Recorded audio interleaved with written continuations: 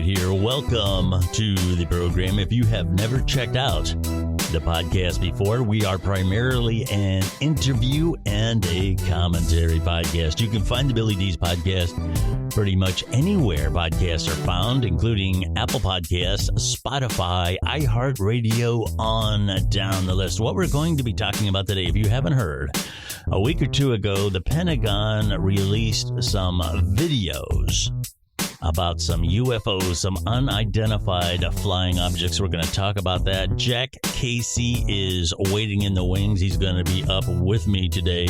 I do want to tell you about humoroutcast.com. If you haven't had a chance yet, do check out that website. Fantastic writers over there.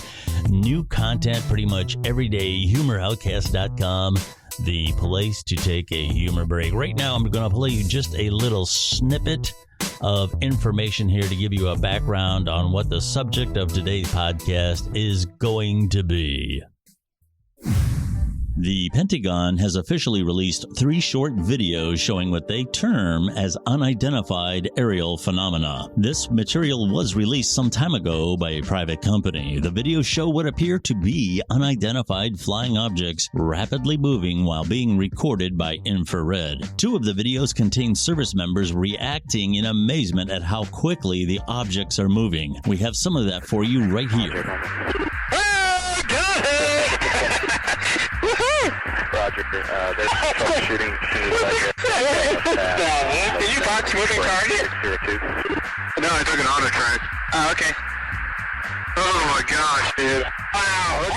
The Navy previously acknowledged the videos back in September of last year. They are officially releasing them now, quote, in order to clear up any misconceptions by the public on whether or not the footage that has been circulating was real or whether or not there is more to the videos, unquote, according to a Pentagon spokesperson. All right, on the studio line with me right now is Jack Casey. What's going on, Jack? Hey, not much, man. Just enjoying a day inside because every day off I've had has been cold and gross. So, oh, I know. It's for those around the country and around the world. We're in Ohio. This is early in May, and it seems more like October or November. I mean, it's really just cold. Damn, it's actually snowing outside right now. Yeah, I mean, I not saw bad. that. The video of the UFOs, you and I have both seen it. I played a little sound clip just a little bit ago. It's pretty impressive, wouldn't you say so? Oh, yeah, that's definitely something. The one that came out or that was filmed in 2004, I think I've seen before. But okay. I don't know, it was one of those ones where it looked like it was some kind of, trick with the camera or something. So I didn't really think much of sure. it. But the other 2 were completely new to me. I'd never seen either one of those. I want to be clear here at the top of the program, because a lot of times people say, Bill, you're a skeptic. And that is true. And it's across the board. But being a skeptic to me doesn't necessarily mean that I am going to deny someone's personal truth. A personal truth and an objective truth are 2 different things. And when it comes to religion, when it comes to any type of spirituality, when it comes to ghosts, and the same thing applies to these UFOs. For one, being a skeptic doesn't necessarily mean I am going to deny what you want to believe in or what you are enthusiastic about. It just simply means that for me to take it on as something that I feel to be true, there has to be some very compelling evidence. And these videos are very impressive, just like a lot of people have very impressive stories about ghosts and other things. And they're very impressive. They're very compelling, but that doesn't necessarily mean that they're conclusive. Those are completely 2 different things. And one of the things that I feel that we have to be cautious about here is just like with spirituality or anything else, just because something cannot be explained does not mean that it has a supernatural explanation. And the same goes here. Just because something is very impressive and something that cannot be easily explained does not mean that it has an extraterrestrial origin. Oh, very true. And, Case in point, I grew up off the shore of Lake Erie. Like my mom's house is literally a 5-minute walk.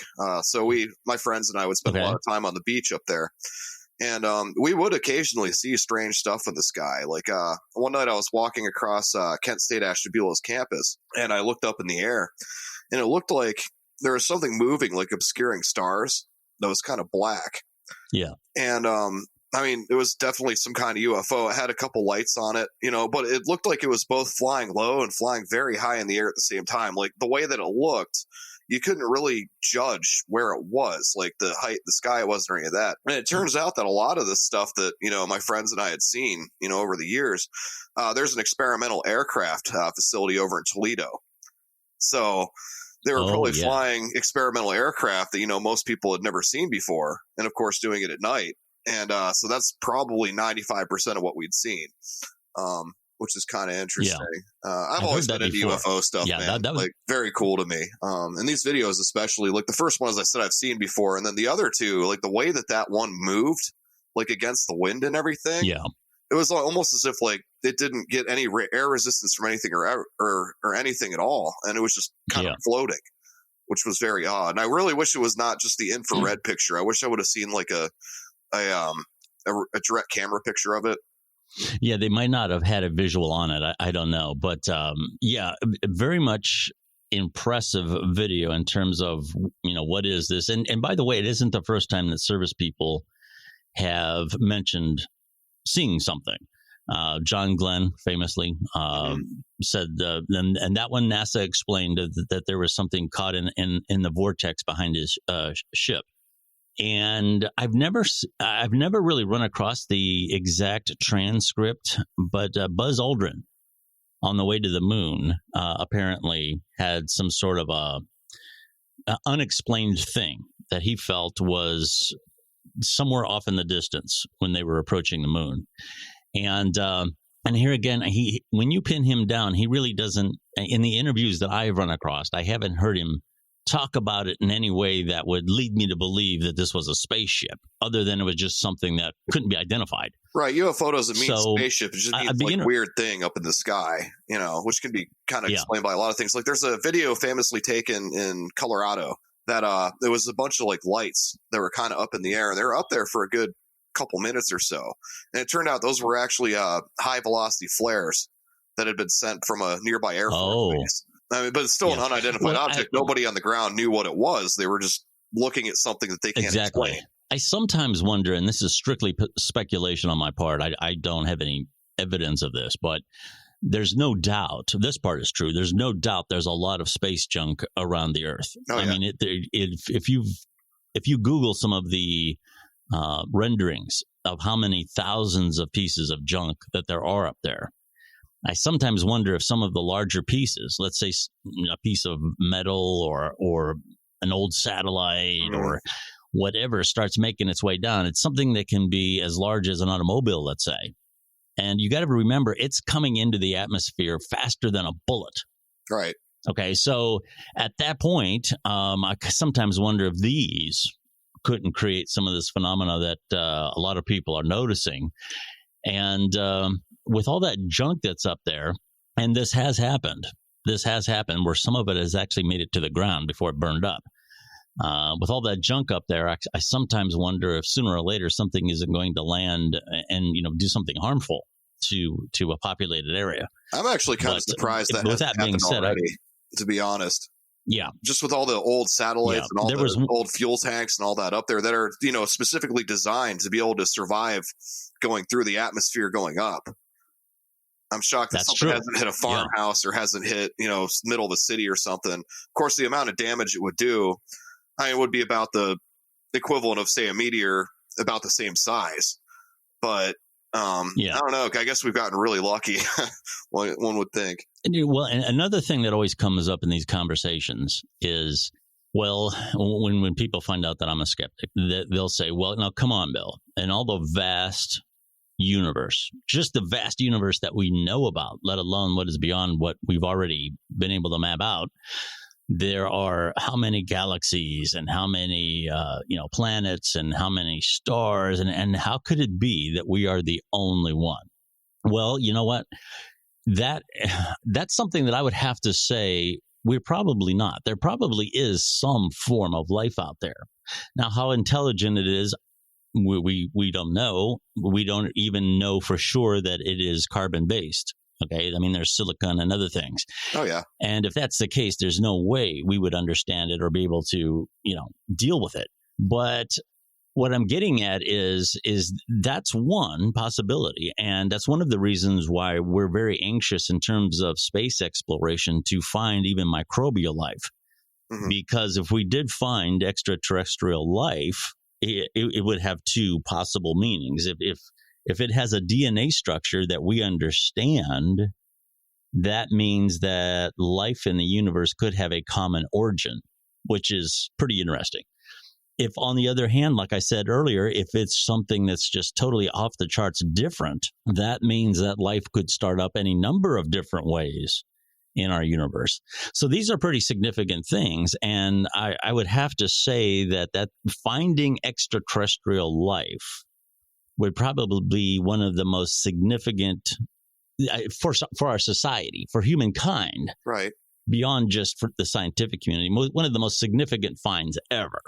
I mean, the only thing that could challenge it would be to find evidence that shows that some sort of spirituality is affecting the physical world. Right. Those two things right there are pretty significant. And I would have to say, obviously, I'm open to that. If we find evidence of life out there, let's explore it. I absolutely would want to, get all the evidence that we could. But does that mean that I believe that we are currently being visited and all of these things that people are talking about are happening? And is there a conspiracy by all the governments of the world to keep this quiet? At this point, no. I'm not going to believe that. Well, this is why I've always had a problem with the whole, the government did 9/11. Think of all the thousands and thousands of people in the government involved in day-to-day affairs, and you think that you would be able to keep thousands and thousands of people's mouths shut about the death of 4,000 Americans their government did on purpose? I mean, and I see the same thing with aliens, with UFOs. If we had been visited, if they found evidence, somebody would have said something or leaked evidence, kind of like these videos we're talking about today. Somebody leaked them initially. They weren't officially, and then, just recently government just kind of came out and said, all right, fine, they're real. We're not giving you any more information, nor do we know what it is. And I feel like that's kind of the best scenario. In regards to life being out there, I mean, it has to be. There's no way that we're alone. And that brings forth have you heard of a theory called a concept called the Great Filter? I've heard of it, but I couldn't explain it. So by all means, tell me what it is. Well, the way it works, and I'm going to be paraphrasing this because it's long and complex, but the Great Filter essentially is something that would have stopped life from getting to our point, or something that will stop us from advancing further. And this applies to other ancient or other alien civilizations out there, supposedly. So, like, say one of the first great filters would have been prokaryotes absorbing mitochondrial cells and turning into eukaryotes, which are multicellular. And I'm pretty sure I have that right. Right. And then, of course, sounds right. Every step of every second along the way, we didn't have a star blow up and wipe out the Earth. Also, the position of the Earth staying the same in the Goldilocks zone, as they call it, with the moon being able to keep tides going, being able to keep the Earth's, core warm, and then being in that right area. I mean, so of these billions of planets that are in that zone, I mean, how many of them have a moon that can do that doesn't completely disrupt things? Yes. And then you get to, changes in Earth tectonics, or how long it took for the Earth to cool down enough for these cells to exist. I mean, it could be that the Earth never cooled down. Maybe another object hit it, knocked it into the sun. And that's true for the many billions of planets out there. We're talking billions upon billions that are supposedly Earth-like. And so it begs the question, too, are we beyond the Great Filter? Like, how many civilizations have made it, to our level or beyond, and haven't either destroyed themselves or been taken out by another, say, predator race that was watching? There's other theories that maybe we're just kind of a zoo. Like the aliens, out there are observing us, but have some kind of no contact order, kind of like we do with some of those tribes that have been uncontacted here on Earth. It's a theory that goes and goes. And the possibility is that maybe we are one of maybe, say, 10 races in the entire galaxy that have made it, or maybe in the entire universe. But I find it hard to believe that, all life, we're the only life out there, especially since they found evidence of cell building what do they call it, amniotes or something like that. Like they found evidence of those on comets and on rocks that have landed on the Earth. Yeah, there's a lot of theories that suggest that life might have started on Earth because it came here on some sort of a meteorite or something like that. So, yeah, I mean, I believe that's all legitimate science, and I believe that is worth exploring. But it's so easy for people to take that next step and start, well, the government knows about it. And one of the things that I always say, I mean, I know that there's theories that we're just being observed and all that. But when it comes to these visitations and these abductions and everything, they seem to be very much around the same type of storyline as an encounter with a ghost. Right. Okay. It's always late at night. It's always up in your attic. It's always, it's never, out on the beach with thousands of people. Oh, look here's my great grandfather, right. Where everybody can see it. Like Cletus and Mary Jane were always alone when the aliens came down and swooped them up, like nobody, it's not a soul for miles. Yeah, and so that's where those things start to wear a little thin, and you can what if this to death, and you can do that with any belief, whether it's a belief in astrology or whether it's a belief in your spirituality or on down the line. You can what if this to death. And speaking from the standpoint of being a skeptic in that I want some evidence for it, I can't answer every what if that your imagination can conjure up. I mean, you just can't do it. So that's one of the things that I'm always very cautious when I tell people, I don't want to deny your personal truth. If you've had some sort of a thing fly over you late at night, or if you've had a ghost in your attic, and I had a family when I was young that most of them are dead now, but I grew up with a lot of old timers that, when they got together and got to drink, and they all started sharing the ghost stories. Now, there's a reason why that light in the attic is always coming on by itself and all those other kind of stuff. And those stories are very entertaining. Oh, of course.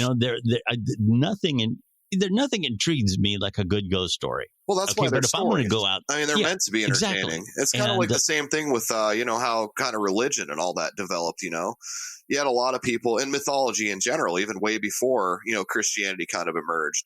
I mean, you had a bunch of people who had no phone, no internet, not really advanced societies, who needed to do something to entertain themselves. So that's how the stars got stories.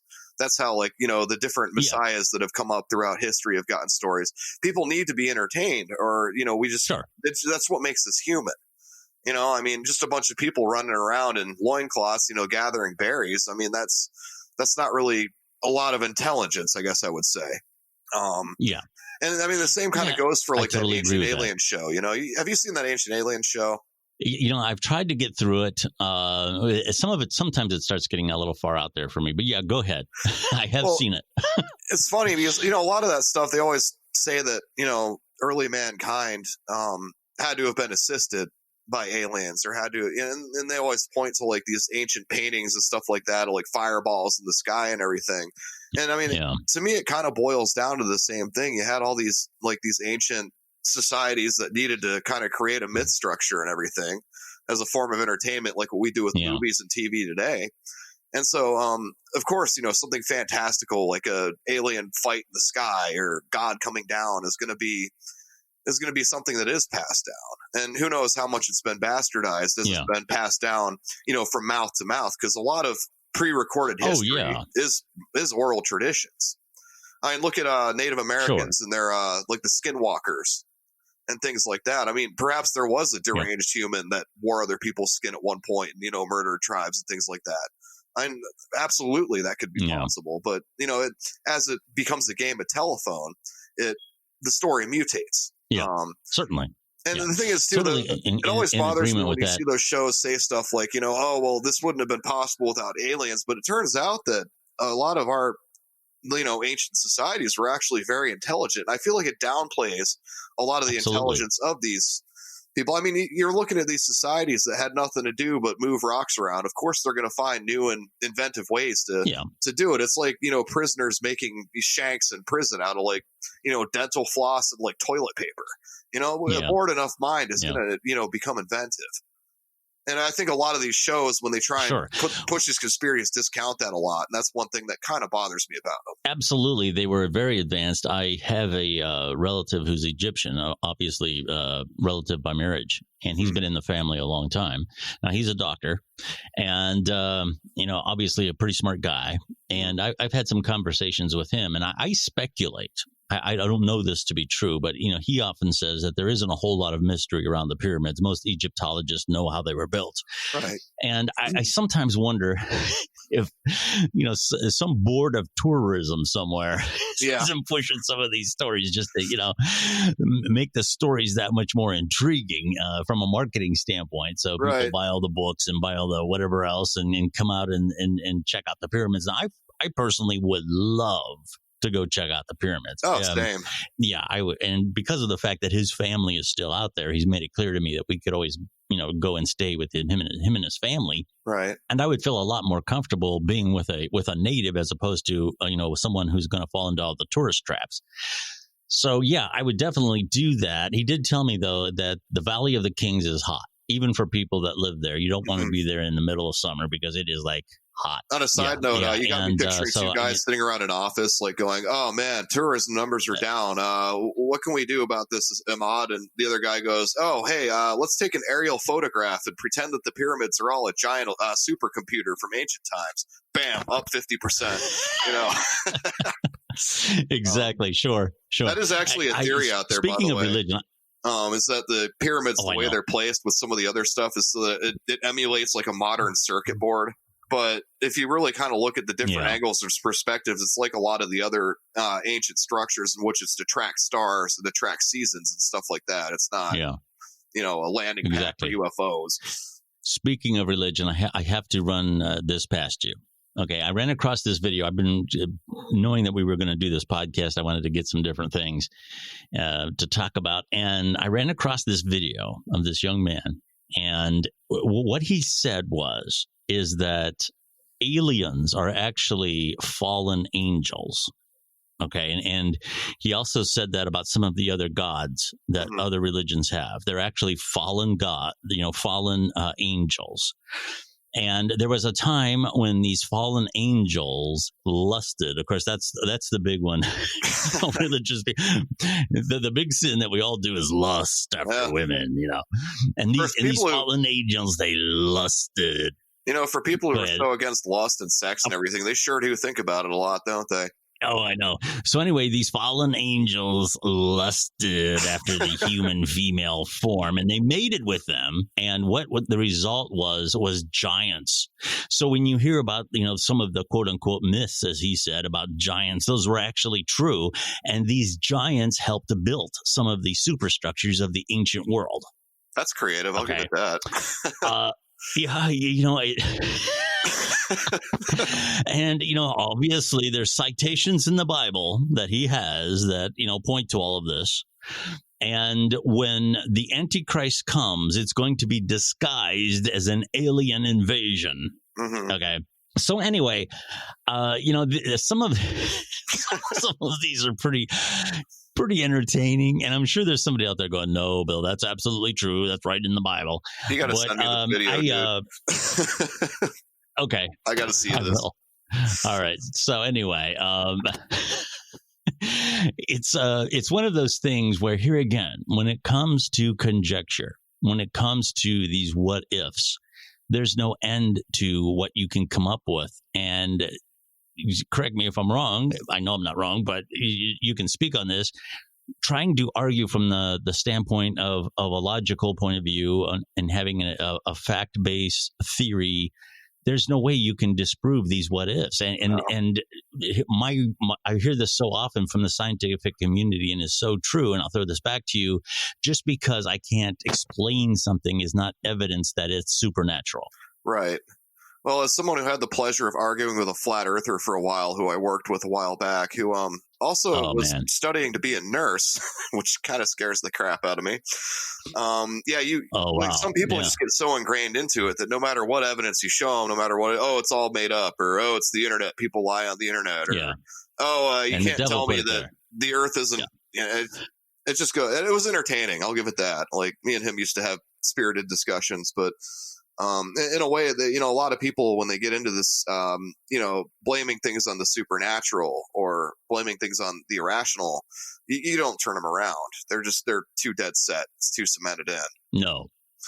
Yeah, he was. Well, one of the things I've always said about flat earthers is, if you don't believe that the earth is round by now, there's absolutely nothing that I can say, or even Einstein can say, that's going to change your mind. Oh yeah, that's like somebody walking impossible. around saying they don't believe in fingernails.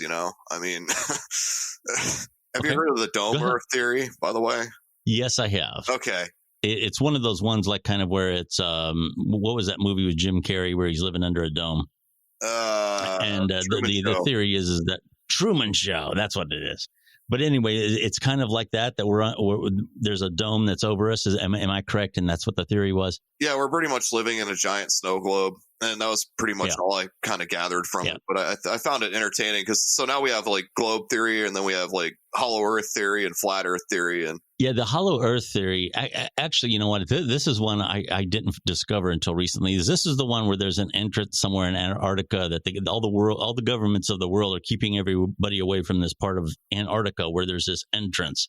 And supposedly Hitler sent Nazis there to go into this hole. I've heard it both the North Pole and the South Pole. And there's this ancient civilization down there, and Hitler was intrigued with it because apparently they're like all white or something. I don't know. But anyway. They all look like swastikas. So, there were no Jews down there, Oh, that's great. I love it. So anyway, I mean, there's a lot of people. There's a lot of people who claim that I can't. His name escapes me right now. That explorer during the 1950s alluded to it, but he shut up. Yeah, so that's the kind of thing. Here again, getting back to these conspiracies that really take the scientific merit out of searching for life, and that's one of the reasons why Mars is so important in terms of getting there. Mm-hmm. Our own country, I'm not exactly sure what NASA is doing about Mars. I believe they want to go back to the moon first. And I believe that could happen. My understanding is in years, not decades. I think the last plan I heard was 2022 or 2023 is when they want to send another shuttle up there. Yeah. Of course, that could have gotten derailed by this whole COVID thing, but that's another story. That was the last I heard. I hope not. The space program is so important, and I can't get my liberal friends, and I'm picking on liberals right now, who want to spend all kinds of money. And conservatives too. They pick on the sciences, and I don't understand why, because there isn't hardly a thing you can name, starting with your smartphone, microprocessors, the advances that we've made with medicine.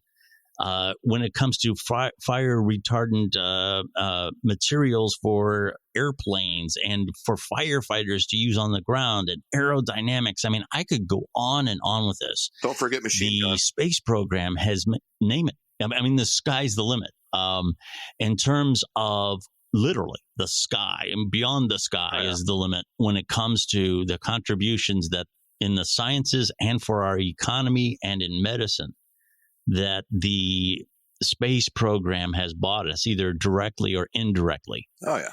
And it's so important. And that's one of the reasons why getting to Mars is going to have to, in terms of the rocketry and in terms of the long-term space travel and what we're going to have to learn about the human body and all these other things, it has so much value right here on Earth. And by getting to Mars, and Elon Musk is probably one of the people who are really spearheading this, getting to Mars, going to another planet, going to another world, and trying to find out if its origins are the same as ours, trying to find out if they can find microbial life. Apparently, a lot of these rovers and things that they've had up there haven't really come up with anything conclusive.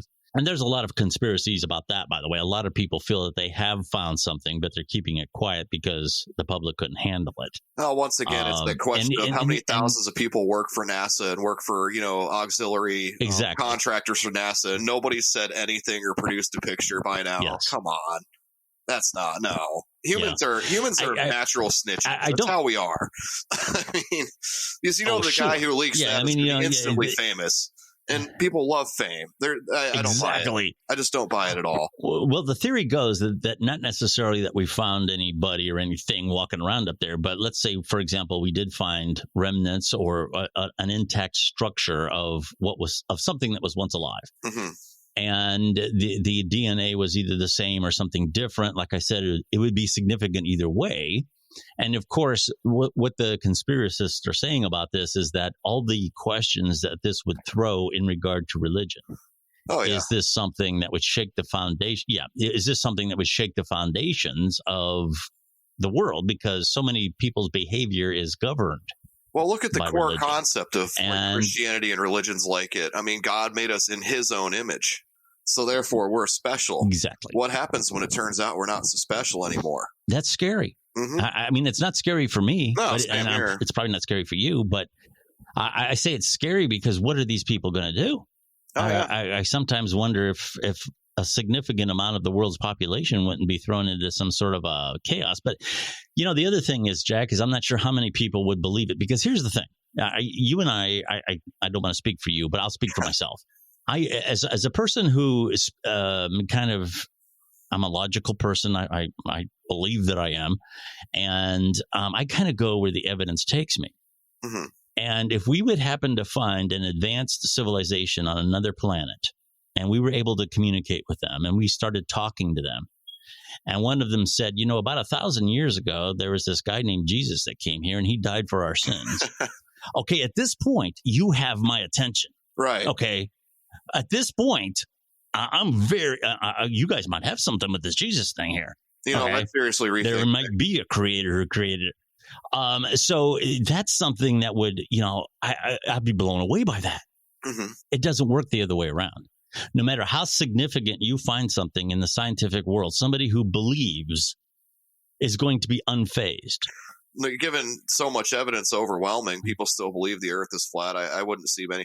I could see even the Pope going up there and saying, well, it turns out God's a shapeshifter or something like that, and people would buy it hook, line, and sinker, still tithe all their money to him, I mean, I'm kind of a cynical person, but I can absolutely see that being a scenario. Because, I mean, they've changed their story many times. Absolutely. Past a lot of these religious leaders. It's not a new thing. So, well, anyway, like I said, as far as the audience is concerned, when I say I'm a skeptic, I'm not necessarily anti anything. I'm not necessarily anti-astrology. I'm not necessarily anti-religion. I'm not any of those things. We all have our personal beliefs, as do I. And stuff like that, I can find it dumb but fascinating. I mean, like people who go around and live their life off of a little 2-sentence thing in a newspaper that corresponds to when they were born.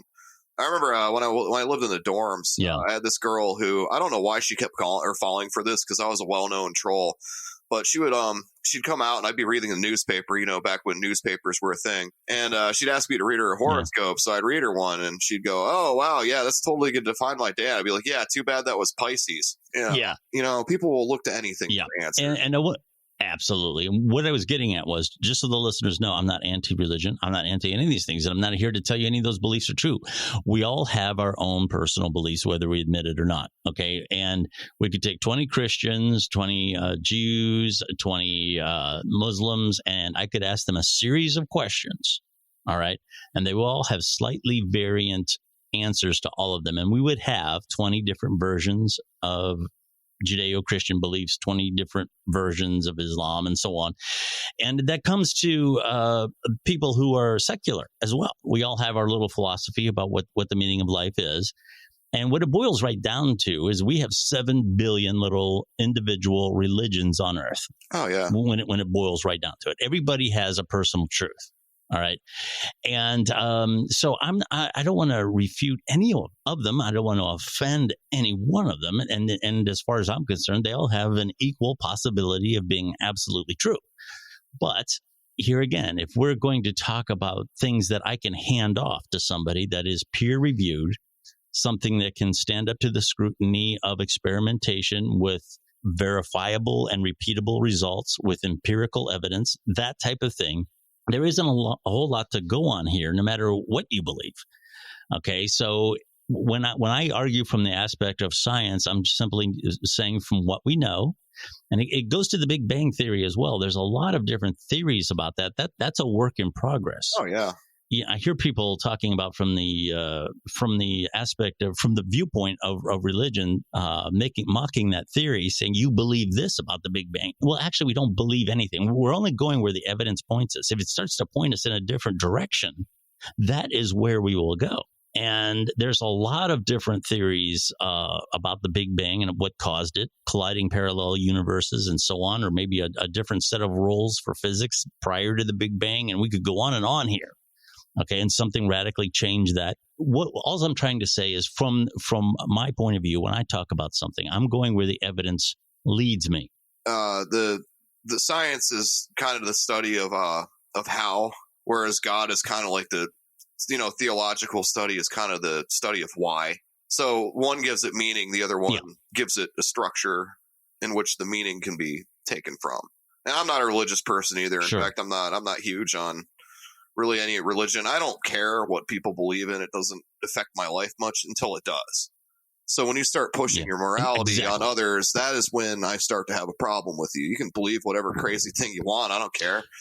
But and that's I'm not necessarily. I would stop short of calling myself an atheist, but I can tell you that the word atheism has turned into something very ugly now because of these activists. Oh yeah, atheism has become a new religion, pretty much. It's become a cause. Mm-hmm. It has become a cause, and it was never meant that. When we talk about the separation of church and state and things like that, we're referring to what you were alluding to about, religious beliefs being incorporated into legislature. Right. That's what the meaning of it was. And these atheists have turned it into something where a second grader can't have a Christmas manger on anywhere near this isn't what it was about. Or a cross on a church casts a shadow on a public parking lot. Right. I was one of those atheists a long time ago, and I've since mellowed out. And I mean, nowadays I kind of look back, like every now and then Facebook will have a memory pop up, and I look at it, I'm like, oh God, what the hell was I thinking? What's wrong with me? So, over the years I've mellowed out and kind of live and let live. But, people, and that's the thing, like a lot of, you change over the years, you're not going to remain the same person. At least most people don't. Some people do. It's cringy. Yeah. Well, I like I said, I believe the atheist movement has become something very ugly. Protesting the cross at 9/11, the two beams that intersected, and this isn't what separation of church and state was all about. All right. So, with that being said, let's just say that as far as today's program is concerned, in regard to UFOs and the possibility of aliens, I would be very excited to find conclusive evidence. That would be the greatest. That would be one of the defining moments in human history. Mm-hmm. And this evidence that was just released by the Pentagon is very intriguing. Oh yeah, it's very impressive, but it's not conclusive. I love the pilot's reaction. Yeah. Actually, you didn't hear it. That was before you came in, but I played a little bit of that at the beginning of the program. So, absolutely impressive. This is something that we should keep an open mind to. We definitely want more evidence around this type of thing, and I mean evidence not just as to it being an actual from space, but evidence as to what this might be. Is this something that's falling? Is this something that is a hazard to our airplanes? I know that the space junk that's out there is a big hazard to astronauts, because you're talking about something that's no bigger than a ballpoint pen or something like that. It would go right through you. Oh yeah, it's said right through the spaceship and everything else. Well, things in space travel an average of 40,000 miles an hour orbiting the Earth. I mean, it's said that a paint chip could go through like galvanized steel going that fast. So, I mean, this is something that we want to, we want to pursue all the evidence, no matter where it takes us. And I can't say that enough. You go where the evidence leads you, not necessarily to what you would think would be more entertaining or give more purpose to your life. That isn't where logic goes. It simply goes to where the evidence is pointing you. So all I can say about these most recent UFO subjects, and oddly enough, with all the Trump stuff and with the COVID-19 and all these other things, and what would ordinarily be a pretty big story Right. is not being covered. I was going to ask you it's about very that. intriguing. I was Sure. going to ask you if you thought it was weird that this wasn't covered as much as you would think it would be, because like I am a huge like conspiracy theory, like UFO, like watcher, space. I love reading about space and everything like that, and this completely missed me. When you emailed me, it was the first I'd ever heard about it, which I thought was weird because I'm on the internet about 25 hours a day. So yeah, I wonder why it didn't get a bigger press coverage. I was wondering how you missed it. Yeah, I was wondering how I missed it too. I was like, wow, yeah, that's interesting. But I guess you are right, though. Well, I mean, with everything else going on, it's probably something that got buried a little bit, Yeah, it's because it's not death and it's not dying and it's not disease, it's not bleeding, so people don't care. I guess when an alien comes down from space and like shoots someone in the head in the town square, that's when people will care. But yeah, I guess. And until then, it's just not happening, I guess. Well, anyway, that's pretty much going to do it for our conversation today. Always great to have Jack sitting in with me on some of these discussions, and we have him back from time to time. If you have any ideas or anything that you would like to tweet me regarding what you've heard today on the subject of UFOs or anything else, you can do so. You can find me on Twitter at Billy Dees. Very easy to find on Twitter.